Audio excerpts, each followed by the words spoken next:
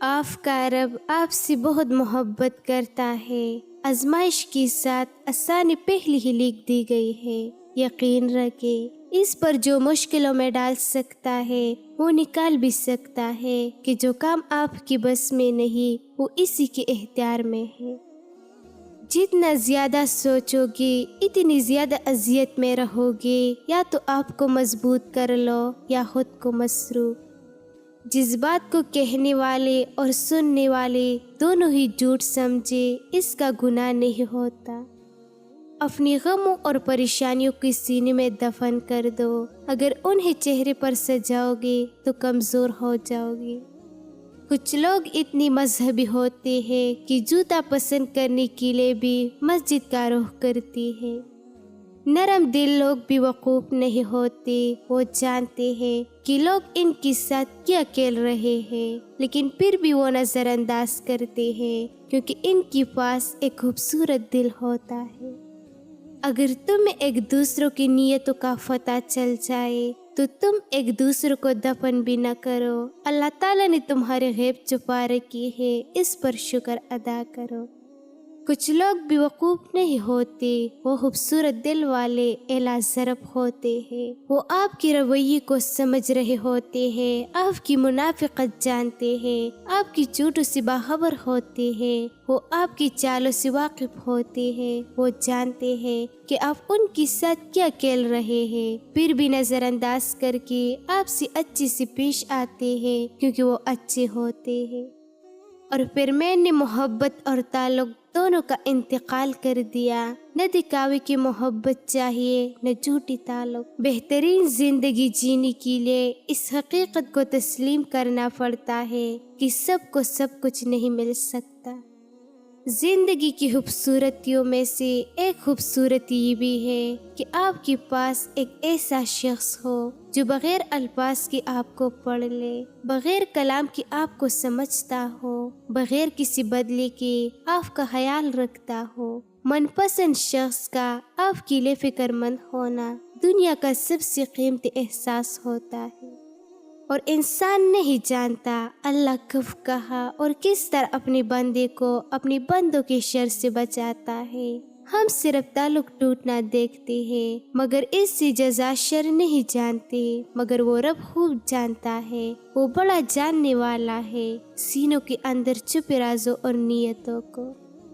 لوگ تم سے ان چیزوں پر حسد کر سکتے ہیں جن کا تمہیں خیال بھی نہ ہو۔ تمہاری سادگی، تمہاری عاجزی کا رویہ، تمہاری مسکراہٹ، وہ سکون جو تمہارے حصے میں آیا ہے وہ ہمیشہ تم سے حسد کرے گی، اس لیے ان کی پرواہ نہ کرو۔ اگر آپ کوئی ایسی چیز چاہتے ہیں جو قائم رہے تو لوگوں کے سامنے اس کے بارے میں زیادہ بات نہ کرے۔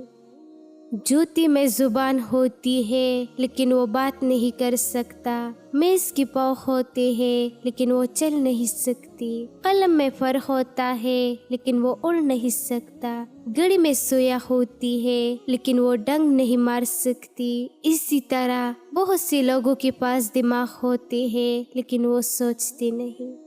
جس طرح بڑی ہو کر پتہ چلتا ہے کہ والدین سچ کہتے ہیں، ویسے ہی قبر میں جا کر پتہ چلے گا قرآن سچ کہتا ہے۔ اللہ ہمیں دنیا میں ہی قرآن کی سمجھ عطا فرمائے۔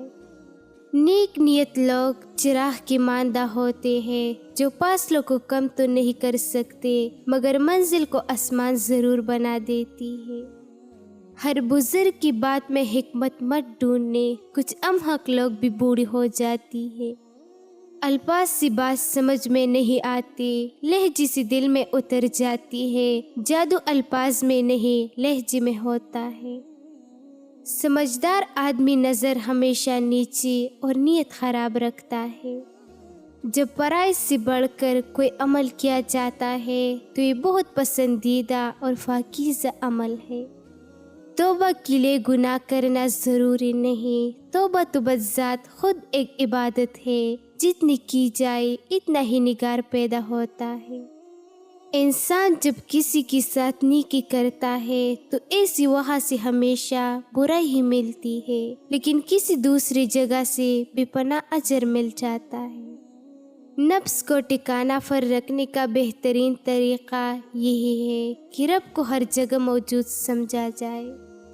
جو لوگ نماز پابندی اور اہتمام سے قائم کرتے ہیں وہ عموماً ذہنی طور پر زیادہ پریشان نہیں ہوتے۔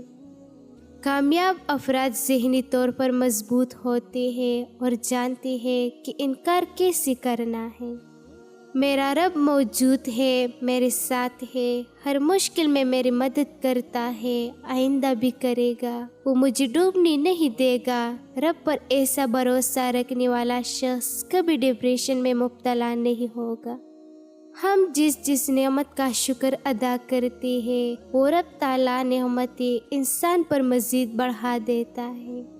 انسان جب یہ سوچ لے کہ خوشی کی دن بھی تو میں نے گزاری ہے، میں دکھ کی 4 دن بھی صبر سے ہنستی مسکراتی گزار لو، یہ مثبت رویہ ہے۔ درود پاک پڑھنے کا فائدہ یہ ہوتا ہے کہ انسان میں پاکیزگی آ جاتی ہے۔ فقیر وقت ضائع کرنے سے دور بھاگتا ہے کیونکہ یہ رب کو پسند نہیں۔ فقیر کی شان یہ ہے کہ اس کی دکھ کبھی دکھائی نہیں دے گی۔ فقیر تو بہت عاجز انسان ہوتا ہے، اس کو کیا غصہ اور جلال آئے گی۔ فقیر لوگ جیسے علم دینا چاہتے ہیں ایسی سینے سے لگاتے ہیں۔ جب رب اتنا مہربان ہے تو پھر خوف کیوں؟ اگر آپ چاہتے ہیں کہ اللہ تعالیٰ آپ کو عزت عطا کر دے تو ایک کام یہ کرے کہ آپ بدترین دشمن کی بھی غیب بیان نہ کریں۔ اگر ہم یہ احتیاط کر لیں کہ فقیر سے کم بات کریں تو فائدے میں رہے گی۔ جب ہم کسی کی برائی کرتے ہیں تو در حقیقت خود اپنی برائی کر رہے ہوتے ہیں۔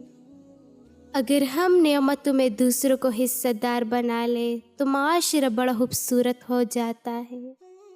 قانون فطرت یہ ہے کہ ہم جس چیز کے پیچھے بھاگتے ہیں وہ ہم سے دور بھاگتی ہے اور جس سے دور بھاگتی ہے وہ ہمارے پیچھے بھاگتے ہیں۔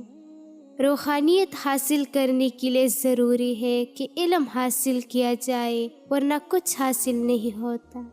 اگر انسان باعمل ہے تو اس کی زبان میں تاثیر ہو گئی اور اس کی زبان سے ادا ہونے والی ہر بات دل میں اتر چلی جائے گی، اس لیے سختی سے دور رہے۔ جتنا کسی میں زیادہ علم ہوگا اتنا ہی اس میں عاجزی ہوگی۔ آپ جب بھی دنیا والوں کی پیچھے بھاگتے بھاگتے تک جائے گے، اپنی رب کی چاؤ میں چل جائے، اس سے پناہ مانگنے، وہ ہمیشہ آپ کو پناہ دے گا، وہ ہمیشہ آپ کے لیے موجود ہوگا۔ وہی سب سے بڑی پناہ ہے، اس کے علاوہ مجھے اور آپ کو کہیں پناہ نہیں مل سکتی۔